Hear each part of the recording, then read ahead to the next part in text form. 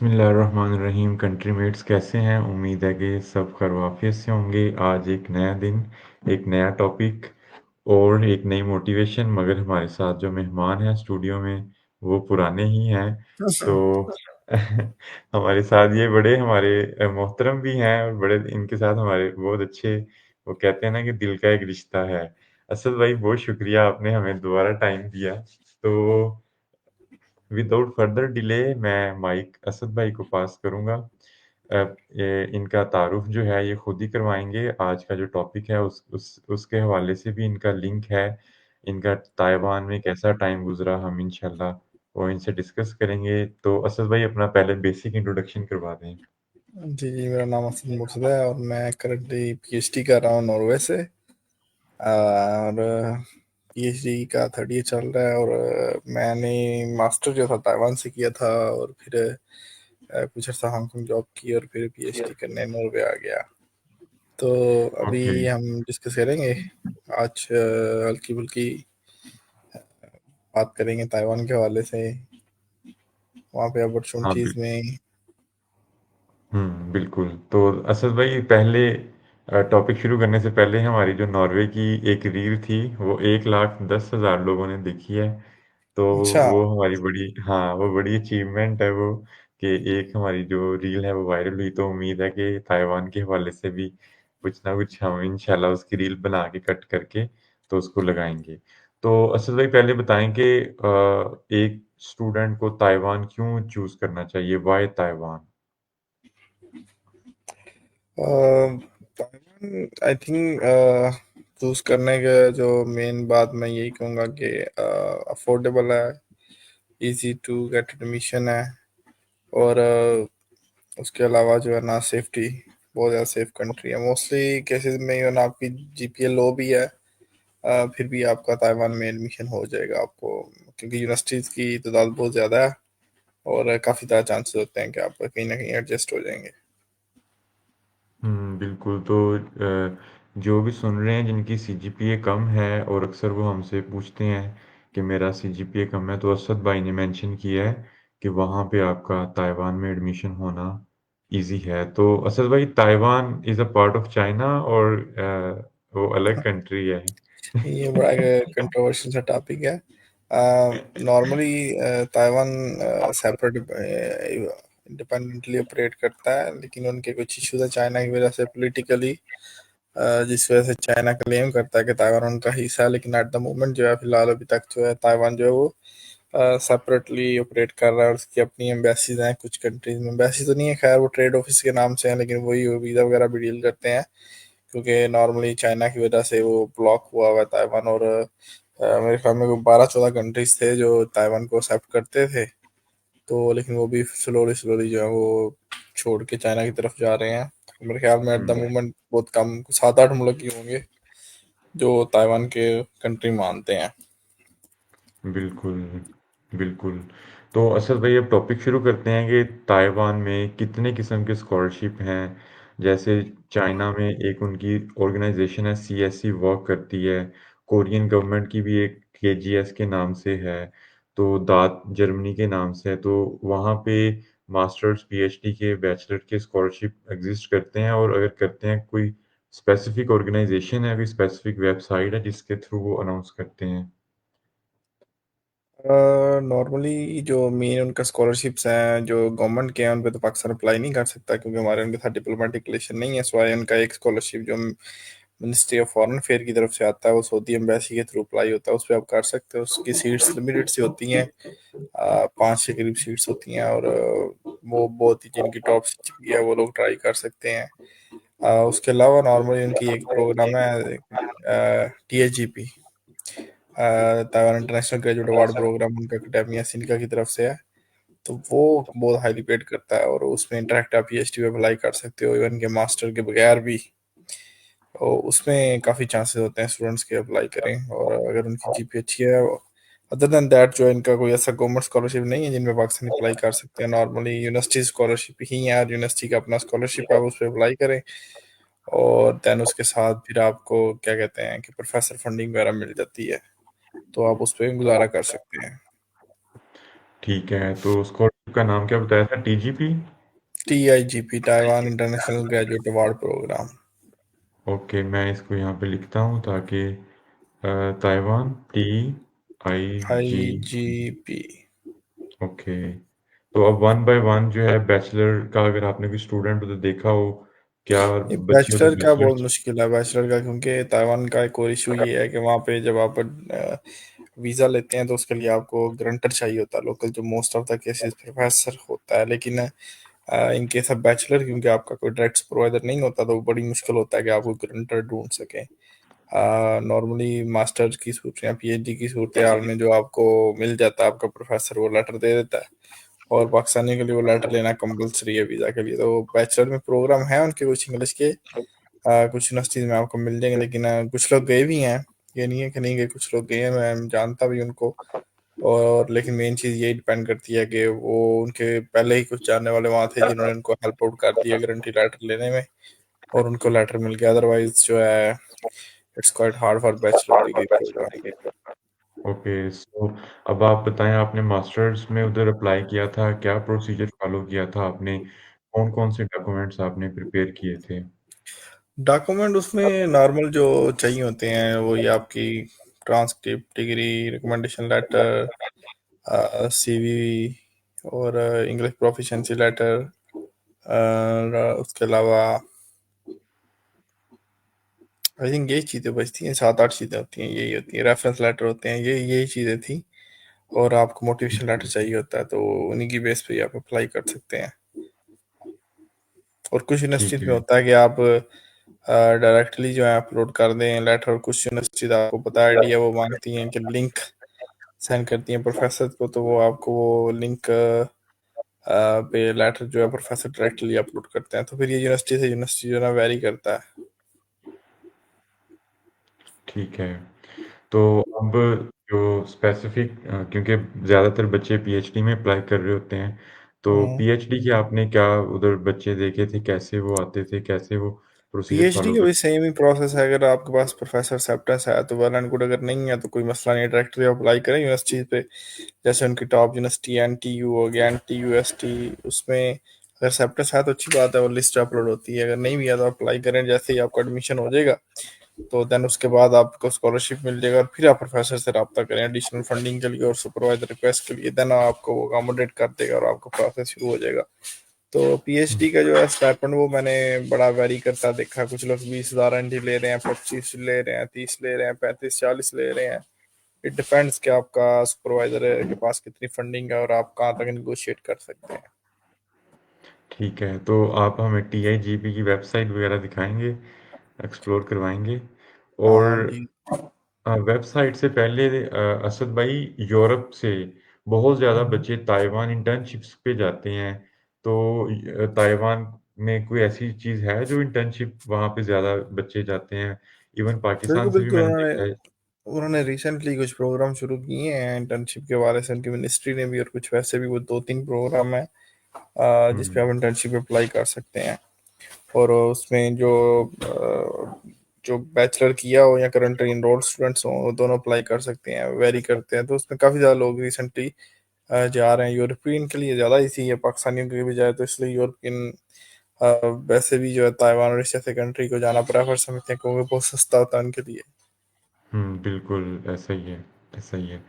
तो जितने भी पाकिस्तान में सुन रहे हैं हमें, अगर आपका एडमिशन नहीं हो रहा, तो आप प्रोफ़ेसर्स को ईमेल लिखा करें कि मुझे अपनी लैब में 3 मंथ्स की इंटर्नशिप जो है वो ऑफ़र करें। इवन यूरोप में भी जब आप ईमेल करते हैं, तो अगर आपका एडमिशन नहीं हो रहा, कोई रिस्पॉन्स नहीं आ रहा, तो आप लाज़मी उन्हें लिखें कि हमें 3 मंथ्स की जो इंटर्नशिप है, वो अपनी लैब में ऑफ़र करें। हमारी लैब में एक इंडियन लड़की थी, उसका एडमिशन हम्म। रिजेक्ट हुआ, तो उसने प्रोफ़ेसर को कहा कि मैंने इंटर्नशिप के लिए आना है, तो प्रोफ़ेसर ने उसे हायर किया। जैसे उसकी इंटर्नशिप खत्म हुई, तो प्रोफ़ेसर ने कहा चलो अपनी पीएचडी भी यहाँ पे ही शुरू करो। तो ये भी एक हम्म। तरीका होता है, गेटवे पाथवे होता है। आपको अपॉर्च्युनिटी के लिए समटाइम्स डिफरेंट अप्रोचेज़ इस्तेमाल करनी पड़ती हैं। तो अब असद भाई ने हमसे एक वेबसाइट शेयर की है, तो आप इसको देखें गौर से, और फिर हम इंशाल्लाह एंड पे इनसे क्वेश्चंस और भी ज़्यादा पूछेंगे। ओके असद भाई। हाँ, ये देखिए, ये इनकी TIGP वेबसाइट है, ताइवान इंटरनेशनल अवार्ड प्रोग्राम। तो इसमें ये देखिए PhD प्रोग्राम्स, जो अगर हम इन पे जाएं तो इन्होंने मोस्टली जो है ना इंटर डिसिप्लिनरी हैं ये जो प्रोग्राम है ना, कि आप डिफरेंट किस्म के प्रोग्राम उन्होंने इकट्ठे किए हुए हैं। जैसे आप ये देखें, ये ना मैथमेटिक्स है, PhD प्रोग्राम। हाँ, ये देखें, ये अभी टोटल प्रोग्राम है इनके ना। एक ये बायोडाइवर्सिटी प्रोग्राम है, इसमें PhD है। Chemical biology and molecular biosciences है। मॉलिक्यूलर एंड सेल बायोलॉजी है। Agriculture and biological molecular and biological agriculture sciences है। मॉलिक्यूलर मेडिसिन है। फिर आर्टिफिशियल इंटेलिजेंस, बायो इन्फॉर्मेटिक्स का। तो ये कुछ एक मिनट, मेरे ख्याल में 2 3 4 5 6 7 8 9 10 11 12 13 प्रोग्राम, 13 प्रोग्राम है। तो ये डायरेक्ट PhD के प्रोग्राम है। और इसमें आपने अभी अगर एक प्रोग्राम को आप खोलेंगे ना, लेट्स सपोज हम ये खोलते हैं, तो इसकी जो फैकल्टी है ना, उन्होंने वो डिफरेंट एरिया से जो है ना उन्होंने हायर की हुई है, मतलब कि ये इंटरडिसिप्लिनरी है। अब मैं आगे लिंक खोल के आपको दिखाता हूँ कि लेट्स सपोज ये molecular and biological agriculture sciences में जो है ना, तो उसमें स्टॉप शेयरिंग, ये लिंक खुल रहा है, अभी आई लोड हो थिंक रहा ओके, आई थिंक आपने अपनी एक विंडो ओपन की है या एंटायर स्क्रीन शेयर किया आपने? है। नहीं, मैंने वो विंडो के उस पे मूव किया मैं, लेकिन अभी वो लिंक नहीं ओपन हो रहा मेरा। ठीक है। हाँ, तो जितने भी ये है कि आपकी जहाँ भी रेलिवेंसी बनती है इन प्रोग्राम में से किसी एक में भी बनती है, तो आप उसमें अप्लाई कर दें। ये नहीं देखना कि आपने कि प्रोग्राम का जो टाइटल है वो डिफरेंट है। ये वेबसाइट खुल नहीं रही है उनके प्रोग्राम की, पता नहीं कोई वजह है। तो उस वेबसाइट पे ही आप जो है ना, अगर आपकी एग्रीकल्चर बैकग्राउंड है या मॉलिक्यूलर है, किसी भी तरह की रेलिवेंसी है, तो आप अप्लाई कर सकते हैं। तो इसी तरह इनके जो है ना सारे प्रोग्राम रन करते हैं। और इनका एडमिशन जो है नॉर्मली जो है आई थिंक जनवरी में, बल्कि ओपन होगा। इनका एडमिशन प्रोसेस जो है दिसंबर के एंड पे ओपन हो जाता है, और जनवरी फरवरी में इनकी डेडलाइंस होती हैं। तो और बैचलर के बाद भी जो है ना आप अप्लाई कर सकते हैं इसमें। तो और एक हमने स्टार्टिंग, सऊदी अरब, हाँ, एक हमने सऊदी अरब को डिस्कवर किया है कि डायरेक्ट पीएचडी अप्लाई कर सकते हैं बैचलर के बाद। दूसरा हमने आज डिस्कवर कर लिया है ताइवान। और तीसरा यूएसए में, तो आपको पता ही है वो हाँ, टफ वहाँ पे होता तो है जी। हांगकांग में भी कर सकते हैं आप, सिंगापुर में भी कर सकते हैं। हम्म तो ये तो कंट्रीज इंशा हैं। इंशाल्लाह। तो जैसे ही असद भाई की वेबसाइट खुलती है तब तक हम जो है वो कमेंट्स ले लें। कमेंट्स जितने भी हैं हम कोशिश करेंगे कि जो आपने पहला कमेंट आया, ताइवान यूनिवर्सिटीज़ की एडमिशन की टाइमलाइन क्या है? एडमिशन की टाइमलाइन जो है वो भी आजकल ओपन है। एडमिशन इनके जो है फरवरी इनटेक के, वो सितंबर के एंड तक उसकी डेडलाइन चलती है। तो वो उसके बाद वो जो फरवरी इनटेक है इनका, उसके बाद जो दूसरा इनटेक है वो जनवरी से लेकर मार्च अप्रैल तक चलता है। वो लंबा होता है क्योंकि मैं मोस्टली उसमें लोग अप्लाई करते हैं। हुँ, तो अदनान इनफ टाइम है, अपने डॉक्यूमेंट्स प्रिपेयर करें। और जैसे ही इनकी वो असद भाई आपको दिखाते हैं वेबसाइट पे कहाँ पे अनाउंसमेंट होती है। अच्छा, सेकंड है अब्दुल समी कह रहे हैं सलाम सर, काइंडली पोस्ट डॉक का भी सेशन रखें। तो असद भाई, कोई है बंदा पोस्ट डॉक का जिसको हम इनवाइट कर पोस्टों सकें? पोस्टों के बंदा भी ढूंढ लेते हैं। हाँ, तो अब्दुल समी इंशाल्लाह पोस्टों का, क्योंकि हम खुद ख्वार हो रहे हैं पोस्टों ढूँढने में, तो ओके, नेक्स्ट कमेंट है, क्या फुली फंडेड स्कॉलरशिप ताइवान दे रहा है? हाँ जी, बिल्कुल दे रहा है, बिल्कुल दे रहा है। हुँ, ये फुल तो फंडेड ही ताइवान, होती है। हाँ जी। हाँ, तो आपने स्टाइपेंड पीएचडी का बताया था, मास्टर में कितना स्टाइपेंड देते हैं वो? मास्टर भी वही सेम ही वेरी करता है। 6,000 रुपये भी लोग देखें जो जिनका कोई नहीं मिलता, वो कहते हैं बस ठीक है चलो गुजारा हो। 10 पे भी 15 20।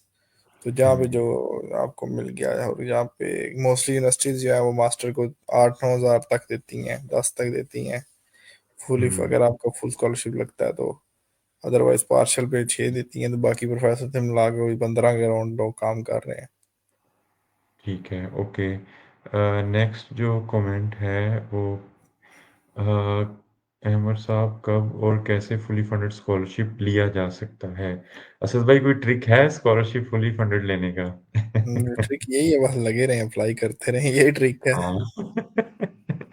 और कोई ट्रिक हाँ, नहीं तो है। अदनान हम भी लगे रहे थे चाइना में जब हम कोविड में थे, तो हमें इन एक तरफ से ये कोविड जो थी वो डिज़ास्टर था, मगर हमने इसको ब्लेसिंग के तौर पे इस्तेमाल किया, अपने डॉक्यूमेंट्स प्रिपेयर किए, मोटिवेशन लेटर, सीवी, अपने इनफ हमें टाइम मिल गया और कोई डिस्ट्रैक्शन नहीं थी, हम एक कमरे में बंद ज़रूर थे, बट हमने इनफ टाइम लेके हर चीज़ को प्रिपेयर किया। तो असद भाई ने अपनी ऐनक अब लगा ली है, तो अब हाँ, इसकी जो मुझे ना ये है। फील हो रहा था जैसे ना स्क्रीन का दबाव पड़ रहा था आंखों पे, तो मैंने कहा ना लगा है। हाँ, नहीं, नहीं, बिल्कुल। अच्छा सर, ताइवान के लिए एक्सेप्टेंस ज़रूरी है? नहीं नहीं, एक्सेप्टेंस जरूरी नहीं है, लेकिन अगर आपके पास हो तो अच्छी बात है, आप उसके बगैर भी अप्लाई कर सकते हैं। तो अदनान वैसे वो प्रोफ़ेसर का जो इन्होंने गारंटी लेटर कहा है वो और उसमें डिफ़रेंस क्या है, ये मैं पूछ लेता हूँ। तो इन दोनों में डिफ़रेंस क्या है गारंटी लेटर में और इसमें एक्सेप्टेंस लेटर में? एक्सेप्टेंस लेटर तो नॉर्मली वैसे होता है ना, आप अप्लाई के लिए चाहिए होता है जो आप लेते हो। लेट्स सपोज जैसे चाइना में होता है प्रोफेसर के साथ, जो गारंटी लेटर होता है वो वीजा के टाइम पे चाहिए होते हैं, कि आपकी समझने कि वो बंदा गारंटी देता है कि अच्छा ये बंदा आ रहा था, वन इसकी मैं रिस्पॉन्सिबिलिटी लेता हूँ, क्योंकि पाकिस्तान के डिप्लोमेटिक रिलेशन नहीं है। तो इस वजह से उनका एक प्रोसीजर है कि जिनके साथ नहीं है, जिन कंट्रीज के, तो उनके लिए उन्होंने गारंटी लेटर लिखा है। हालांकि उसका कोई पर्पस तो मुझे समझ नहीं आता खुद, लेकिन एक हुँ, प्रोसेस है उन्होंने रखा हुआ है, तो उस वजह से। ठीक है। तो अदनान एक्सेप्टेंस लेटर ज़रूरी नहीं है, तो अब हम जब तक ये वेबसाइट अब शो करेंगे आप या डिस्कस कर लें पहले? वेबसाइट वो नहीं हो रही, ओपन नहीं हो रही, आई थिंक प्रॉब्लम है। तो ओके, तो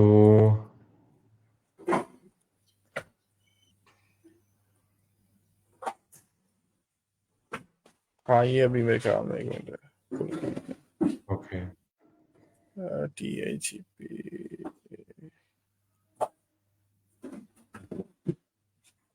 तो जितने भी सुन रहे हैं आप ताइवान को एक पोटेंशियल अपॉर्चुनिटी के तौर पे देख सकते हैं और उसको गेटवे इस्तेमाल कर सकते हैं। मेरे जितने भी दोस्त ताइवान गए थे, वो स्ट्रेट फॉरवर्ड ताइवान से यूएसए गए और इसकी रीज़न पूछेंगे असद भाई से कि ताइवान में ऐसी चीज़ क्या है कि वो उधर जो भी जाता है वो डायरेक्ट उसके यूएसए रीजन यही जाता है ना, उनके यूएसए के साथ बड़े अच्छे ताल्लुकात, और मोस्टली जो उनकी फैकल्टी है वो सारी यूएसए से पड़ी हुई है।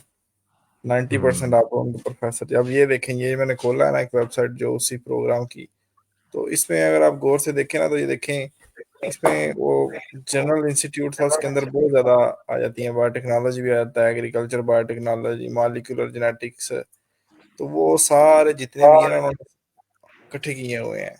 और इसमें आई थिंक ये देखें वैक्सीन की भी आ जाएगा, मतलब एनिमल का भी ना। ये देखें ये बंदे ये प्लांट पे काम कर रहे हैं, एक इन्फ्लुएंजा वैक्सीन पे काम कर रहा है, तो वो इसलिए मैं कह रहा हूँ कि वो कोई भी आपका इससे लिंक्स बनता है किसी के साथ भी, किसी फैकल्टी के साथ, तो आप अप्लाई कर सकते हो। आपने नॉर्मली ये नहीं देखना कि अच्छा ये जो प्रोग्राम है इसमें सिर्फ वो ही अप्लाई कर सकते हैं लोग जो एग्रीकल्चर से रिलेटेड होंगे। तो ये एक इंटरडिसिप्लिनरी किस्म के उन्होंने जो है प्रोग्राम बनाए हुए हैं। ये जो मैंने एक खोला है उसमें ऐसा था। एडमिशन रिक्वायरमेंट जो है इसकी, अब देख लेते हैं हम, वो यही है जी, बैचलर या मास्टर डिग्री की हो, लास्ट सेमेस्टर वाले भी अप्लाई कर सकते हैं, एकेडमिक ट्रांसक्रिप्ट चाहिए, इंग्लिश प्रोफिशिएंसी चाहिए, जीआरई जो है अगर है तो ठीक है, लेकिन हो नहीं, स्टेटमेंट पर्पज 3 लेटर चाहिए, और दैट्स इट। और जो स्टाइपेंड है या इसकी फेलोशिप है वो इसमें एक चीज़ है कि आपने ट्यूशन फीस खुद पे करनी होती है। अब ये देखे ना, 27,000 पर सेमेस्टर जो है ना ट्यूशन फीस है इसकी, और जो फेलोशिप है वो आपको 40,000 नहीं मिलता, मतलब एक माह का स्टाइपेंड जो है ना उसमें 30,000 के करीब जो आपका 27 आपकी फीस चली जाएगी। तो बाकी 5 माह का जो स्टाइपेंड होगा आप उसको लाइक आपका स्टाइपेंड के तौर पे यूज कर सकते हैं। अकोमोडेशन जो है वो ऑन कैंपस जो है सस्ती होती है, लेकिन वो 1 साल के लिए देते हैं, तो और ऑफ कैंपस जो है आप डिपेंड करता है कि आप कितने तक जो है ढूंढ लेते हैं। तो ये जो है ना नॉर्मली इसमें सीन है। बेहतरीन है। तो असद भाई, आपने हमें बताया, इसका बहुत शुक्रिया। आप मुझे ये बताएं कि जैसे यूरोप में अप्लाई करने के लिए यूरोपास सीवी एक फॉर्मेट होता है, तो उधर अप्लाई करने के लिए कोई स्पेसिफिक सीवी फॉर्मेट है नहीं नहीं, ताइवान कोई के लिए सी या? फॉर्मेट नहीं है, कोई सी फॉर्मेट नहीं है, जो भी आपका जनरल हम्म, फॉर्मेट है वो चल जाएगा। ठीक है। तो मोटिवेशन लेटर में क्या लिखा था आपने जिससे आपकी सिलेक्शन हुई? वो जनरल जो मोटिवेशनल लेटर या स्टेटमेंट पर्पस होता है कि आपने अपने बारे में बताना है, और आपने क्या कुछ किया है वो बताना है, और पोटेंशियल आप फ्यूचर में क्या करना चाह रहे हैं, और उस प्रोग्राम से रिलेटेड चीज़ें वो सिर्फ वही आपने बतानी होती हैं। ठीक है। तो हाँ बच्चे जी। ईमेल लिखते हुए बहुत ज़्यादा क्वेश्चन पूछते हैं कि ईमेल में क्या लिखना है, कंटेंट उसका क्या होना चाहिए। तो ईमेल का आपने सिंपल, मेंशन। अभी तो इतने एआई टूल आ गए हैं, आप चैट जीपीटी से लिखवा लें, बेहतर है। सबसे अच्छी चीज़ वही होती है, चैट जीपीटी से उस प्रोफेसर की प्रोफाइल सारी कॉपी पेस्ट मारे, अपनी मारे, उसको बोलेंगे ईमेल लिख दो, दैट्स इट। वो पंगे खत्म हो गया। जो पहले होते थे, एक फॉर्मेट होता था, बिल उसको एडिट करते थे। हाँ। हर बंदा वो एक चीज तजस्सुस में होता था कि यार वो क्या फॉर्मेट है जो अगला यूज करता है, उसे आ रहे हैं लेटर, मुझे नहीं मिल रहे। हम्म। तो वो ऐसी कोई चीज नहीं है, अभी चैट जीपीटी से सिंपल आप राइट करवा सकते हैं। बिल्कुल। तो अब वहाँ की लाइफ के बारे में डिस्कस करते हैं। वहाँ पे लाइफ कैसी है? वहाँ पे फूड प्रॉब्लम्स तो नहीं है दूसरे कंट्रीज की तरह? फूड हलाल प्रॉब्लम फूड तो का? obvious बात है, वो तो आपको हर जगह मिलेगी, पाकिस्तान और इस्लामिक कंट्रीज के अलावा। तो फूड प्रॉब्लम वहाँ पे है, लेकिन ये है कि हलाल चीजें मिल जाती हैं। आप अगर सेल्फ कुकिंग करते हैं तो इट्स फाइन। लोग रह रहे हैं और करते हैं वो सेल्फ कुकिंग, तो सब कुछ बेहतरीन है। तो आउटसाइड द डोम लाइफ कैसी है? इनसाइड द डोम लाइफ कैसी है वहाँ पे? डोम उनके इतने अच्छे नहीं है। डोम मेरे ख्याल में उनके अम, बड़े पुरानी क्वालिटी, मतलब मैं उस सेंस पे नहीं कह रहा क्लीननेस की, वो बाकी ठीक है। उनके डोम में ये है कि एक रूम में तीन तीन चार चार लोग रहते हैं, बंक बेड बने हुए हैं। तो इस मामले में हम्म। थोड़ा सा है उनके मामला।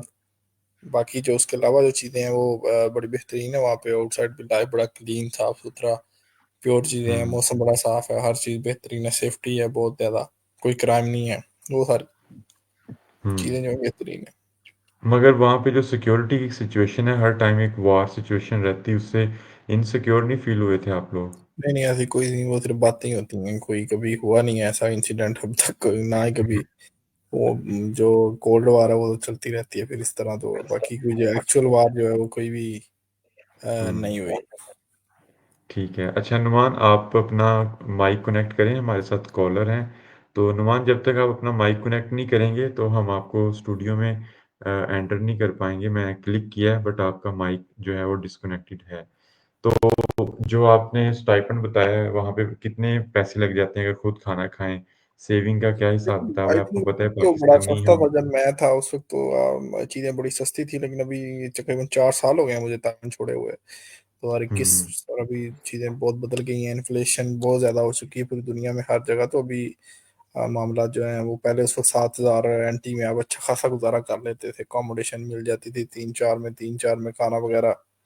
अब जो है मेरे ख्याल में 10-12 हज़ार एनटी जो है आपको चाहिए होंगे गुजारा करने के हम्म। लिए। ठीक क्योंकि है। अभी बहुत ज़्यादा इन्फ्लेशन हो चुकी है हर जगह। बिल्कुल ऐसे ही है। चाइना में भी जितने भी दोस्त हैं मेरे, वो 3500 ले रहे हैं, मगर वहाँ पे खर्चे बढ़ गए हैं। बट स्कॉलरशिप जो है वो स्टेशनरी है, उसमें कोई हाँ वो बिल्कुल ऐसे ही है। तब्दीली। हाँ। ये तो ताइवान का जो इनका भी गवर्नमेंट स्कॉलरशिप है, ये आज से 4-5 साल पहले भी इतना ही था, 20,000, अभी भी उतना ही है। हालांकि उनको खुद देखना चाहिए कि इन्फ्लेशन इतनी हो चुकी है, उसका थोड़ा सा चेंज करना चाहिए स्टाइपेंड, लेकिन अभी तक उतना ही है। हम्म। और ये प्रॉब्लम यूरोप में भी है, यहाँ पे भी हर साल इन्फ्लेशन बढ़ रही है, बट जो अमाउंट है स्कॉलरशिप की, वो उस इन्फ्लेशन के लिहाज से नहीं बढ़ती। तो हम्म। ये प्रॉब्लम पूरी दुनिया में, इसीलिए ये जो मास्टर पीएचडी है, ये शॉर्ट टर्म प्लान होते हैं। इसलिए वो स्कॉलरशिप भी बहुत ज़्यादा कम रखते हैं बच्चों की, ताकि ये अपनी स्टडी कंप्लीट करें और जाएं यहाँ से। तो बेहतरीन ये है कि छोटी उम्र में ही बिजनेस करना सीखें और परमानेंट सेटलमेंट की तरफ जाएं। तो बिल्कुल। और और बताएं, वहाँ की लाइफ कैसी थी फीमेल्स के पॉइंट ऑफ व्यू से? अगर पाकिस्तान से फीमेल्स अप्लाई करना चाहती हैं तो हाँ उनके लिए? बेहतरीन है, बड़ी सेफ्टी है बहुत ज़्यादा। पहले इतनी फीमेल नहीं थी, लेकिन अभी तो बहुत ज़्यादा फीमेल भी हुँ, ताइवान में जा चुकी हैं, और अभी पाकिस्तानियों की तादाद जो है उधर वो 500 के करीब है। अच्छा। तो हाँ जी, हुँ, तो आई थिंक अब ओवरऑल सिचुएशन जो है अभी बड़ी बेहतरीन है, और ऐसा कोई नहीं है उधर, जो सेफ्टी वगैरह जो है वो बहुत ज़्यादा, फीमेल हुँ, की कोई क्राइम नहीं है।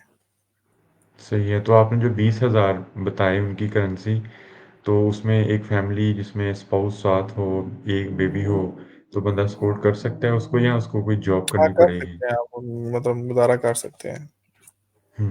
ठीक है।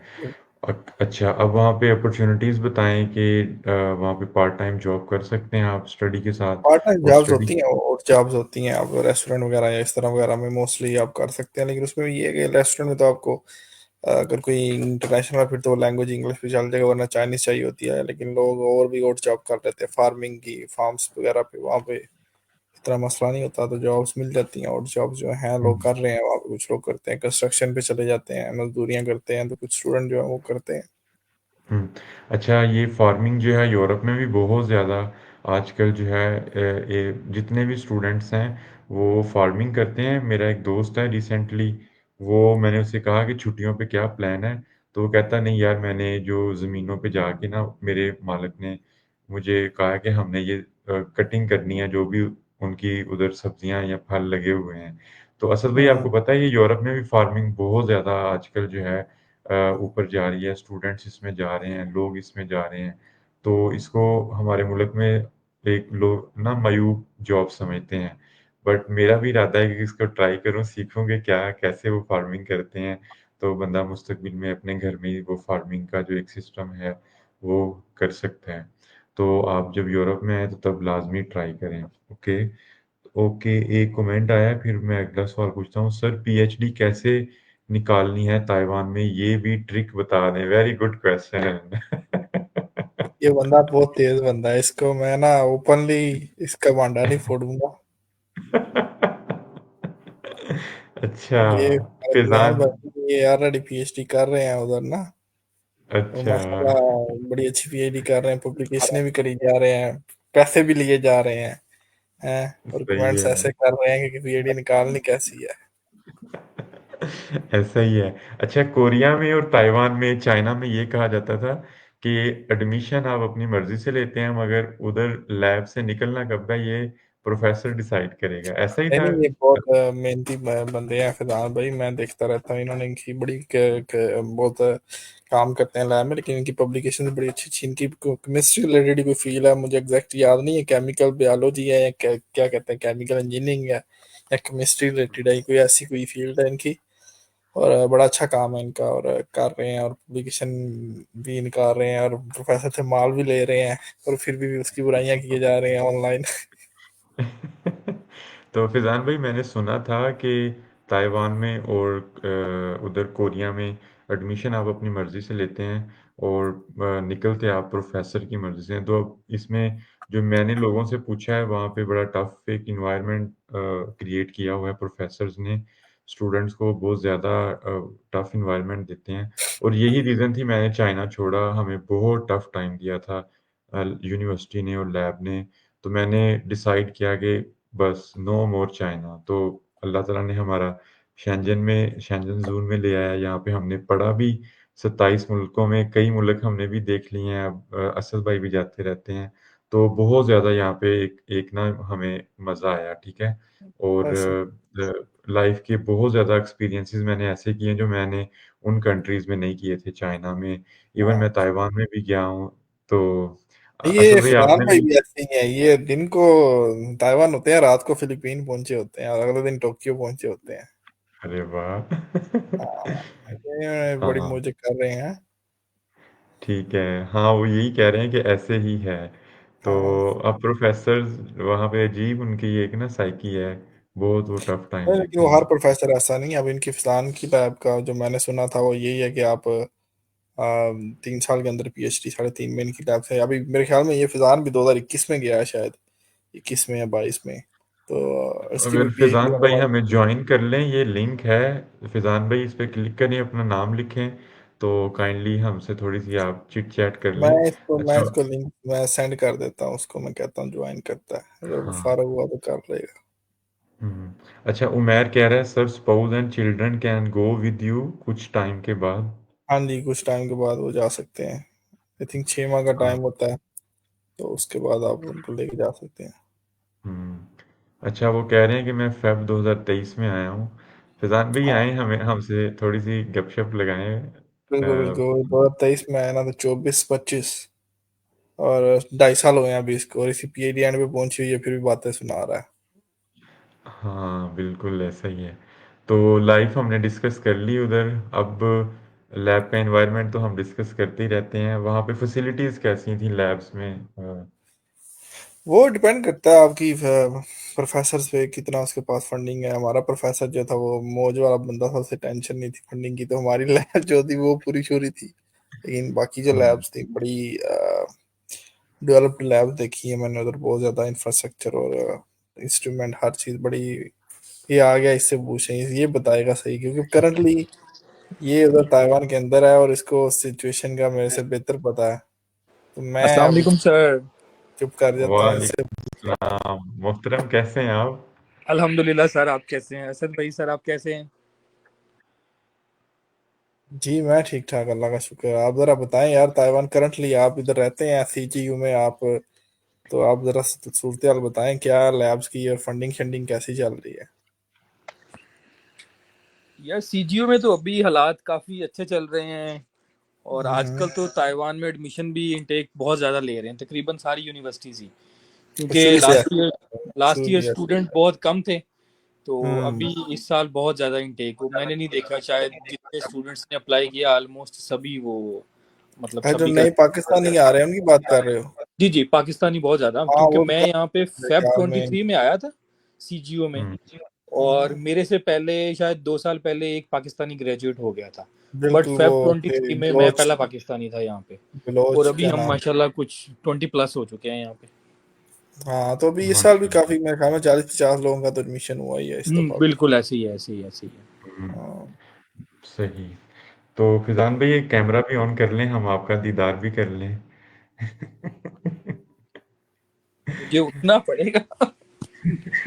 कोई नहीं, उठ के मुझे बैठ पता है जाओ। वहाँ पे टाइम काफी ज्यादा हो गया है। इधर तो अमर भाई को बता दो पीएचडी में कितना स्टाइपेंड मिलता है वहां पे। ऐसी बातें बताई नहीं जाती है सर भाई। मैंने किसी को नहीं बताया, आज तक नहीं बताया किसी को। मैं जब तो तुम खुद ही भांडा फोड़ो अपना। नहीं, स्टाइपेंड यहाँ पे अच्छा है माशाल्लाह ना, कंपैरेटिवली हाँ ठीक है, बेहतर है। मैंने भी यही बताया, मैंने कहा वो जहाँ पे प्रोफेसर आपको फंसा ले और जहाँ पे आप प्रोफेसर को फंसा लो, तो बड़ी वेरिएशन बहुत ज्यादा है स्टाइपेंड की। ये डिपेंड कर रहा होता है कि प्रोफेसर कैसे लेके चल रहा है। मुझे फायदा ये है कि मेरी लैब में और कोई बंदा पीएचडी है। हाँ ये फायदा है। हम्म, ठीक है। तो फिजान भाई वहाँ पे आपने बच्चों को देखा है इंटर्नशिप्स करने आते हैं? क्योंकि यूरोप इंटर्नशिप का से बहुत बहुत ज्यादा है। बच्चे जाते यहाँ हैं। पे दो तरह के प्रोग्राम चल रहे हैं, टीप और आईआईपीपी। तो आईआईपी बिल्कुल तकरीबन ऐसे ही है। मेरी लैब में तो हर टाइम 3 से 4 स्टूडेंट इंटर्नशिप पे रहते ही रहते हैं पूरा साल। ऐसे ही है, ऐसे ही हम्म, है। तीन ठीक चार है। मैं मिनिमम बता रहा हूँ, मैक्सिमम 6 7 8 रहते हैं। आते हैं ऐसे ही है, ठीक है। आते ही बिल्कुल रहते सही। हैं। तो सही है। इंटर्नशिप का सिस्टम यहाँ पे काफी ज्यादा चल रहा है। लेकिन ठीक अभी भी है। पढ़ तो रहा था, ये झूठ बोल रहा था, लाइट ऑफ, आंखें नहीं चेक कर रहे हैं इसकी। पढ़ पढ़ के क्या हाल हो गया। एक्चुअली ना मेरा मेरा प्री डिफेंस है नेक्स्ट वीक ना, तो बस उसी को ही लगे हुए हैं, कोशिश कर रहे हैं। मतलब प्री डिफेंस क्या है, ये कोई प्रैक्टिस है पहले? यहाँ पे डिपेंड करता है। यहाँ पे ना सिस्टम है सीजीयू में, आपको 12 पॉइंट्स चाहिए पीएचडी के लिए, पीएचडी हम्म। निकालने के लिए। इसमें अगर आपका पेपर Q1 में आ जाता है तो आपको 8 पॉइंट्स मिल जाते हैं, अगर Q2 में आता है तो 4 पॉइंट मिलते हैं आपको। और इसके बिल्कुल। अलावा कुछ कॉन्फ्रेंस हैं आपकी। अगर आप इंटरनेशनल कॉन्फ्रेंस ताइवान के अंदर ही अटेंड करते हो तो आपको 1 पॉइंट मिलेगा। अगर आप हम्म। इंटरनेशनल जाते हो तो 2 पॉइंट मिलेगा। तो हम्म। जब आपके टोटल 8 पॉइंट पूरे हो जाते हैं ना, तो आपका काइंड ऑफ प्री डिफेंस हो जाता है। प्री डिफेंस में हम्म, आपने ये बता देना होता है कि मैंने ये काम कर लिया है। और जस्ट आपने फ्यूचर पर्सपेक्टिव थोड़ा सा देना होता है कि ये काम बाइंड अप करके मोस्टली प्री डिफेंस के 6 मंथ्स के अंदर अंदर आपका फाइनल डिफेंस हो जाता है। तो वही मैंने बताया ना, 3 साल के अंदर पीएचडी 3 से पहले हो जानी है इसकी। हाँ, मेरे तो हम्म, पॉइंट्स पिछले साल के पूरे हो गए हैं 12। लेकिन मेरा प्रोफेसर थोड़ा रगड़ रहा है मुझे। लेकिन ये है कि अभी तुमने मुझे कितनी पब्लिकेशन की हैं यहाँ आके जो लैब की हुई हैं वो बताओ जरा। यहाँ आके लैब की मेरी 5 पेपर हुए हैं, हाँ मतलब जो मेरे अपने प्रोफेसर के साथ हैं। हाँ, वो और वाले चीज वैसे कह रहा मैंने हूँ। यहाँ पे आके प्रोफेसर वो के तो साथ बहुत है, उनको कोलैबोरेशन भी छोड़ दो, स्टार्ट की उनको है, छोड़ वो दो। 8-10 निकाल दी है। केमिस्ट्री फील्ड है ना आपकी? हाँ, मेरा बैकग्राउंड केमिस्ट्री है, लेकिन यहाँ पे मैं केमिकल एंड मटेरियल में आया हाँ, हूँ। मैंने कहा ना ऐसे ही कुछ था, केमिस्ट्री या केमिकल केमिकल में बता रहा था मेरे को, मैंने कहा ऐसे ही कुछ था, मुझे एग्जैक्टली याद नहीं, लेकिन केमिस्ट्री से रेलिवेंट ही कुछ चीज थी। एक और भी हमारा एक हम्म, पाकिस्तानी है, वो भी रिसेंटली ग्रेजुएट हुआ है, केमिस्ट्री में था वो भी, युआनजी में, शायद जानते हो, बरार हुसैन, उसने बहुत पब्लिकेशंस की हैं वहाँ पे ना, सही थाइपे सही में। नहीं, मैं नहीं उसे थाओयान, शायद युआनजी में थाओयान में। सीनियर हो गई। पहले अच्छा था, असद पहले भाई, मास्टर भी यहाँ से किया था उन्होंने। हाँ जी। असद भाई आप ताइवान से मास्टर है, मेरा चाइना से, फिजान भाई पीएचडी कर रहे हैं हम यहाँ से। तो ये यूरोप का और चाइना, ताइवान, कोरिया का इतना डिफरेंस क्यों है? जैसे मेरा प्रोफेसर मुझे कहता है कि one publication is enough to go to USA for postdoc, तो वहाँ एक्चुअली पे यहाँ पे इतना इतना, ज्यादा। उसमें उसमें रीजन ये है कि वहाँ पे कंपटीशन बहुत है, मतलब वहाँ पे विद इन डिपार्टमेंट एक लैब का दूसरी लैब से इतना कंपटीशन होता है ना, आपकी सोच होती है कि हम्म, वो प्रोफेसरों को अपनी बका के लिए करना पड़ता है, कि उनके आसपास अच्छा। इतना कंपटीशन चल रहा है। यहाँ पे कंपटीशन नहीं है, यहाँ पे सारे कहते हैं अब मेरा मतलब एक दोस्त थे बड़े अच्छे, वो भी आयरलैंड में है, मतलब पोस्टा करने आए थे, अभी उनको असिस्टेंट प्रोफेसर लग गए हैं हांगकांग से, तो उनकी लैब में जो प्रोफेसर था ना, मैंने खुद उसको देखा बंदे को, वो 9 बजे जाता था घर, उसमें हम कई दफा रात को जा रहे थे तरावी पढ़ने, तो उस वक्त वो निकल आता था। और जब कोविड रहा अच्छा। 3 साल, वो चाइना नहीं गया, चाइना का था, तो अभी वो चेयर प्रोफेसर बन गया था। उधर हांगकांग में होता है, जब प्रोफेसर आप हो जाते हो ना, उससे नेक्स्ट लेवल उसको बोलते हैं चेयर प्रोफेसर। तो भी वो है, तो हम्म, उसके बाद इतने प्रोजेक्ट्स हैं, वो इतने ही हैं, तो वो कुछ लोगों की लाइफ ही वो एंजॉय इस चीज को करते हैं, वर्क को। तो हम्म, उस रीजन की जो कंसेप्ट है ना, ताइवान, हांगकांग, चाइना खास करके, वो वर्क लाइफ को एंजॉय करते हैं कि बस काम करो काम करो, यही उनकी एंजॉयमेंट है। तो इसलिए उधर कंपटीशन बहुत ज्यादा, ताइवान में लैब टू लैब बड़ा कंपटीशन है, फिर उनकी सर्वाइवल के लिए प्रोफेसर को फंडिंग करे लिए। फंडिंग हाँ, उधर हम्म, ये बड़ी एक अच्छी चीज है कि प्रोफेसर अमीर बहुत है। ये यहाँ पे तो यूरोप में तो सिस्टम इतना स्ट्रिक्ट है कि फंडिंग सारी जो आप विन करते हो यूनिवर्सिटी के पास आती है, यूनिवर्सिटी के अकाउंट से। यूनिवर्सिटी की। वहां पे प्रोफेसर खुद हैंडल करते हैं, और कपड़ा भी मारते होंगे टिका के मेरे ख्याल में। हम्म। तो फिजान भाई आप अपनी मेंटल हेल्थ और रिसर्च को कैसे बैलेंस करते हैं? हाँ, ये मुश्किल क्वेश्चन है। एक्चुअली मेरी लैब का ना थोड़ा सा डिफरेंट सिनेरियो है। जैसे असद भाई बता रहे हैं कि यहाँ पे प्रोफेसर बहुत ज़्यादा प्रोफेशनल हैं, अपने काम से बहुत ज़्यादा सिंसियर हैं। तो बिल्कुल। मेरी सिचुएशन भी थोड़ी ऐसी है, अब मुझे डेली कम से कम 18 से 20 घंटे काम करना पड़ता है डेली। ओह माय गॉड, 18 और घंटे। 18 घंटे अगर मैं काम करता हूँ तो मेरा प्रोफेसर 22 घंटे काम करता है। हम्म। वो हालांकि हम लोग यहाँ पे थाओयुआन में है और वो सिंचू में है, तकरीबन 1 घंटे की उसकी ट्रैवलिंग है। तो वो ठीक है। सुबह 6 बजे लैब बैठा होता है। ऐसे ही। ओह। हम लोग 8:30 आते हैं, सब लोग मतलब स्टूडेंट जितने भी हैं वो 8:30 आते हैं, लेकिन प्रोफेसर 6 बजे लैब बैठता है। 6 से हम्म, उसने 8 साढ़े 8 बजे तक पढ़ाई करनी है, पेपर्स पढ़ने हैं, नेक्स्ट प्लान करना है बिल्कुल क्या ऐसे ही। क्या नहीं करना।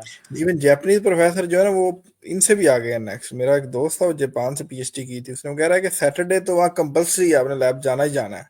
ऐसे ही है। संडे आप ना जाओ तो मसला नहीं, लेकिन जाओ तो बड़ी अच्छी बात है। हम्म। तो इधर इधर तो इधर भी ऐसे ही है, आप अगर एक दफा चले गए ना सैटरडे संडे, प्रोफेसर बड़ा खुश होगा, लेकिन फिर वो ये समझ लेगा कि हाँ अब इस पे फर्ज हो गया, इसने आना ही आना हाँ, है हर सैटरडे संडे। उसको जो आप फर्स्ट इम्प्रेशन दे दोगे ना, तो वो हाँ फिर इन केस कोई सिचुएशन ऐसी हो जाती है, आप किसी दिन काम नहीं कर देते, तो वो फिर आपको कहता है कि यार आपकी आउटपुट नहीं आ रही, क्या बात है, पहले आप बहुत काम करते थे, अभी क्यों ढीले हो गए। ऐसे।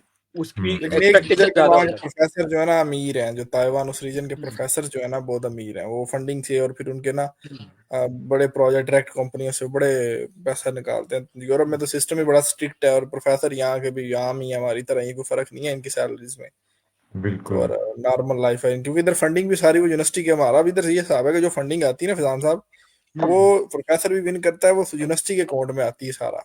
हर चीज अच्छा। यूनिवर्सिटी के कंट्रोल में होती है, और फिर हम्म। जब भी आपने ऑर्डर करना है, आपने देना है अपना ये, वो उसमें से कट हो जाएगी। और वो सारा जो है इकोनॉमी वाले उस पर ध्यान रखना, उसमें ये होता है कि प्रोफेसर अपनी सैलरी में कुछ ऐड कर सकता है वो फंडिंग से। और एट द एंड जब प्रोजेक्ट खत्म हो गया, सारा पैसा यूनिवर्सिटी अपने कब्जे में अगर बचा हुआ है। वापस वापस लेते हैं, बिल्कुल। नहीं नहीं, इधर तो ये खा भी जाते हैं, इनको तो मसला ही नहीं हाँ, है पीबी इधर। और ये कंट्रोल खुद करता है ना, हर हम्म। प्रोफेसर अपनी फंडिंग खुद कंट्रोल ऐसे ही करता है। सही है। इधर ये नहीं है कि वो यूनिवर्सिटी है वो कंट्रोल करे, क्योंकि यूनिवर्सिटी कंट्रोल कर ही नहीं सकती, इतना बड़ा सिस्टम होता है और वो पॉसिबल ही नहीं है। वो हर प्रोफेसर अपनी जो उसकी फंडिंग है वो खुद ही कंट्रोल करता है, हैंडल करता है। ऐसे ही है यहाँ पे, अब प्रोफेसर के अंडर ही सब कुछ है। अब मेरी जो डिग्री है वो टोटल 4 इयर्स की है, मेरा हाँ स्कॉलरशिप 4 इयर्स का है, बट मतलब प्रोफेसर ने काम इतना ज्यादा ले लिया है, एफर्ट इतनी ज्यादा हो गई है कि वो अब 3 साल में वो ग्रेजुएट कर देगा। ठीक है तो प्रोफेसर इंशाल्लाह। की इंशाल्लाह जैसे वो चाहता है यूज करता है बंदे को। ओके, एक कमेंट आया है फिजान भाई, आप इसका रिप्लाई कीजिएगा। ताइवान की सब यूनिवर्सिटी बैंक स्टेटमेंट मांगती हैं जब अप्लाई करते, और सब यूनिवर्सिटीज की एप्लीकेशन फी है। नहीं नहीं, ऐसा नहीं है। कुछ यूनिवर्सिटीज की एप्लीकेशन फी है लेकिन कुछ की नहीं है। मोस्टली 50% कह लो, 50-50 रेशो है। और जो ज्यादा रही की बात, नहीं है यार, मेरे ख्याल में 20 to 30 की होगी। मैं गिना सकता हूँ, मेजर NCKU की फीस है, NTUST की है, NTHU की है, NCYU की है, NTU की है, और एक दो की और होगी। मोस्टली की नहीं है फीस। काउंसिंग मेडिकल की मेरे ख्याल में है शायद, लेकिन मैं जो अब 30% का लगा लो, क्योंकि यूनिवर्सिटीज ताइवान की इतनी यूनिवर्सिटी है कि बहुत ज्यादा अनएक्सप्लोर्ड है, जहाँ पे लोगों ने अप्लाई ही बिल्कुल। नहीं किया। हमारे लोग करते हैं, लेकिन वो इंडोनेशियन वगैरह वो आते हैं, इनके छोटे छोटे आइलैंड हैं, वहाँ पे पिंगतों के साथ एक आइलैंड है फंगू आइलैंड, वहाँ पे यूनिवर्सिटी है, वहाँ पे भी इंडोनेशियन आते हैं। तो 140-50 के करीब यूनिवर्सिटीज है ताइवान में, बहुत ज्यादा यूनिवर्सिटीज है। तो बहुत ज्यादा अनएक्सप्लोर्ड है। ये तो मेजर मेजर जो पाकिस्तानी बैठे हुए हैं, 15-20 यूनिवर्सिटीज है, 25-30 होंगे उनमें होंगे, क्योंकि उनमें सीनियर बिल्कुल। गए हैं और उन्हीं से आगे। अब एक यूनिवर्सिटी थी नेशनल ईलान यूनिवर्सिटी, वहां पे कोई नहीं जाता था, ये दूर है दूर है। वो एक बंदा गया, उसने PhD की है वहां से, तो उसके बाद अब पीछे वहां पे भी वहां चलना शुरू हो गई है, वहां पे भी लोग पहुंच गए हैं। ये हवालियन साइड पे यूनिवर्सिटी थी, वहां कोई नहीं जाता था, वहां पे भी लोग पहुंच गए हैं। तो वो फिर आस्ता आस्ता हर जगह ही। ओके, ज़ारा खान कह रही हैं AOA फिजान भाई कौन से स्कॉलरशिप हैं ताइवान के लिए फॉर PhD केमिस्ट्री।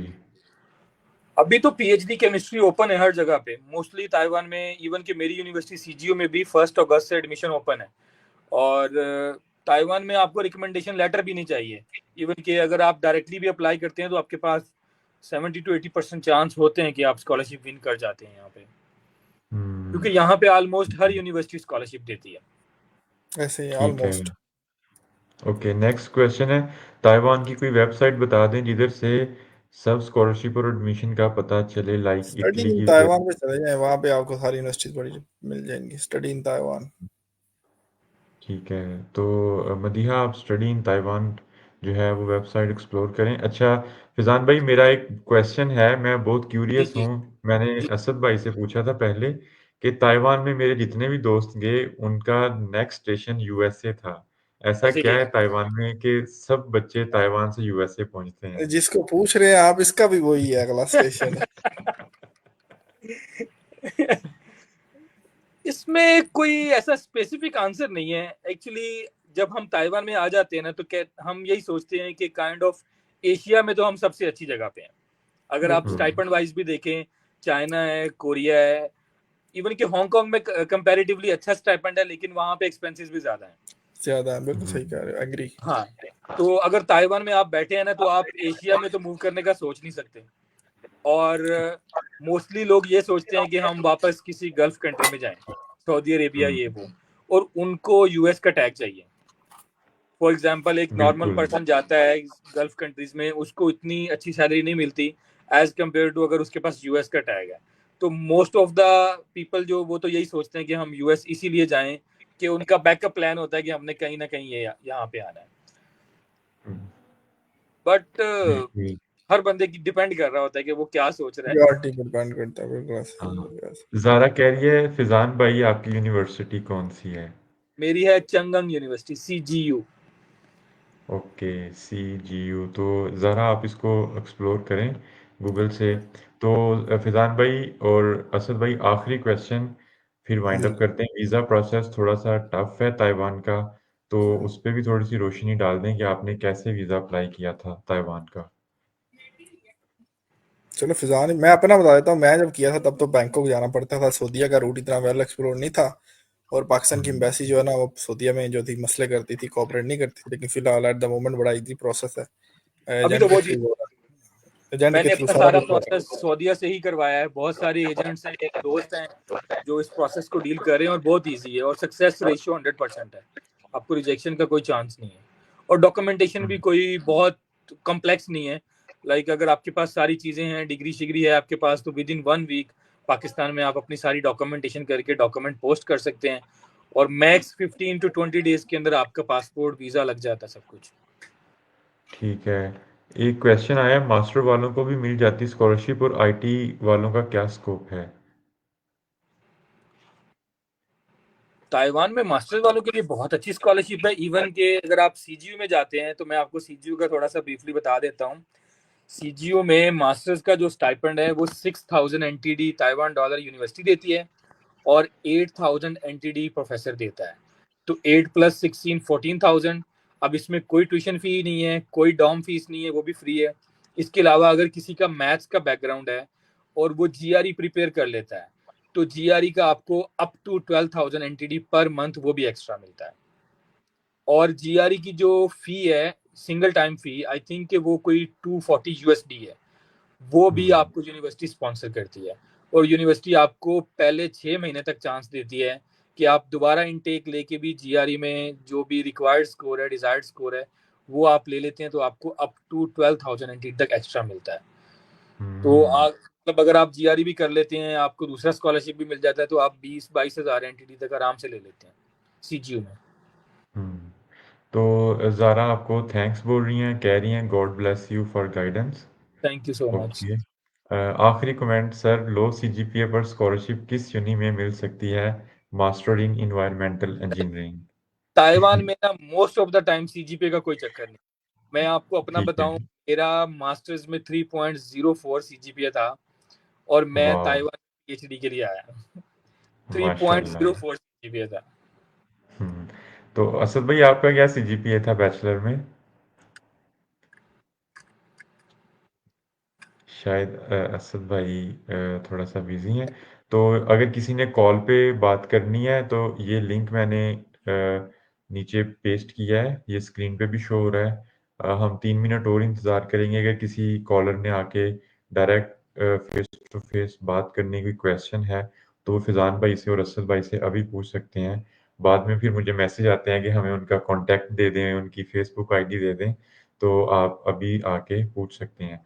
तो फिजान भाई, क्या एडवाइस करेंगे एंड पे आप बच्चों को जो अप्लाई कर रहे हैं? मैं तो यही कहता हूँ कि आप लोग एफर्ट करें, मोटिवेशन आपको होनी चाहिए, गिव अप नहीं करें किसी भी चीज़ पे। किसी की अगर प्रोफाइल अच्छी नहीं है, कोई ये समझता है कि मेरा सीजीपी अच्छा नहीं है, तो इट डजंट मीन कि आप हाथ छोड़ के बैठ जाएं और कुछ भी ना करें। एफर्ट करते रहें, दुनिया बहुत बड़ी है, और दुनिया वैसे हम्म, भी बेकदरे एफर्ट है। तो कोशिश करें। मैंने खुद अपने टाइम पे बहुत एफर्ट की थी। 2 साल तो मुझे पता नहीं चला कि क्या करना है, क्योंकि डायरेक्शन नहीं थी मेरे पास, और सीजीपीए को लेके मैं बहुत ज़्यादा डीमोटिवेटेड था। लेकिन फिर कुछ दोस्त थे मेरे, उन्होंने गाइड किया कि डीमोटिवेट नहीं होना, ट्राई करें, और आज अल्हम्दुलिल्लाह मुझे 3 साल हो गए हैं। मैं सेटल हूँ, मेरी फैमिली यहाँ पे सेटल है, हर चीज़ बहुत अच्छी चल रही है। माशाल्लाह। एक क्वेश्चन है, total seats for PhD in each department, like in your case PhD chemistry spring and fall intake seats.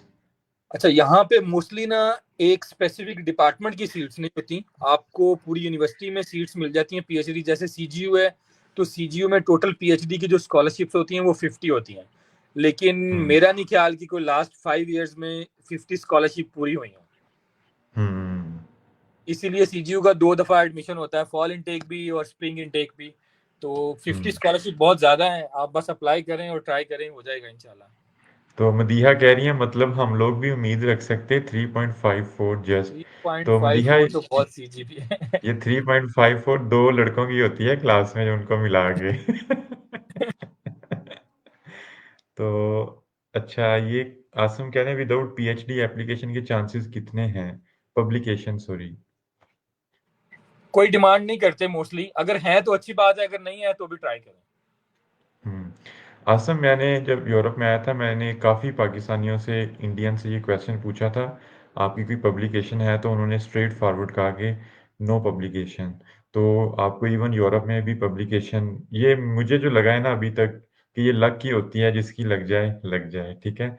कोई समझ नहीं आती इनका क्या क्राइटेरिया है सिलेक्शन का, कैसे ये करते हैं, क्योंकि हिडन क्राइटेरिया भी एक होता है सिलेक्शन का, जो कभी भी जो कमिटीज़ होती हैं उन्होंने कभी भी उसको पब्लिक नहीं करते। जो हमें पब्लिक में क्राइटेरिया नज़र आ रहा होता है वो तो उन्होंने लिखा होता है, बट इनके पास एक हिडन क्राइटेरिया होता है जिस पे ये सारी सिलेक्शंस कर रहे होते हैं और वो आज तक किसी को भी नहीं पता।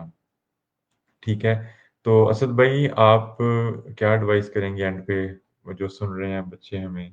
एडवाइस यही है, बस ट्राई करते रहें, पॉजिटिव रहें, लगे रहें, बस यही है और कोई नहीं इसके अलावा एडवाइस। हाँ, तो फिज़ान भाई एंड पे मैं आपसे एडवाइस तो नहीं कह सकते। आप 18 घंटे काम ना किया करें, ये सेहत के लिए अच्छा नहीं है। मैं वीकेंड आप दबा के एंजॉय करता हूँ। 18 घंटे बहुत ज़्यादा है फिज़ान भाई। जैसे कुछ अपना काम होता है, फिर कुछ कोलैबोरेशन चल रहे होते हैं, कुछ कमिटमेंट्स चल रही हुँ, होती है उनके साथ, तो फिर टाइम थोड़ा। जब जब मैं चाइना में था मैं भी आपकी तरह ही था 16 घंटे 18 घंटे। फिर जब मैं यूरोप में आया मेरे प्रोफेसर ने कहा कि बस 3 बजे के बाद तुम लैब में नज़र ना आओ, ठीक है? तो असद भाई आपको भी ऐसे ही कुछ उन्होंने कहा है? नहीं नहीं, मैं ताइवान में ज्यादा करता था काम, लेकिन इधर तो मेरे ख्याल में हमारा ऑफिशियल जो 7.5 घंटे हैं पर डे, लेकिन मुझे लगता है मैं उतने भी हाँ, करता हूँ। ऐसा ही है, ऐसा ही है। हाँ। तो बहुत-बहुत शुक्रिया सबका जिन्होंने कमेंट्स किए और फिज़ान भाई आपका बहुत शुक्रिया, असद भाई आपका भी जिन्होंने हमें टाइम दिया और इंशाल्लाह आप लोगों को हम दोबारा इनवाइट करेंगे फर्दर सेशंस के लिए जब उनकी स्कॉलरशिप्स अनाउंस होंगी। फिज़ान भाई मैं आपको उस पे मैसेंजर पे मैसेज करूँगा, ठीक है? जी जी सर, तो जरूर काइंड हाँ, ठीक है। बहुत-बहुत शुक्रिया। सब अपना ख्याल रखिएगा। अल्लाह हाफ़िज़। सर।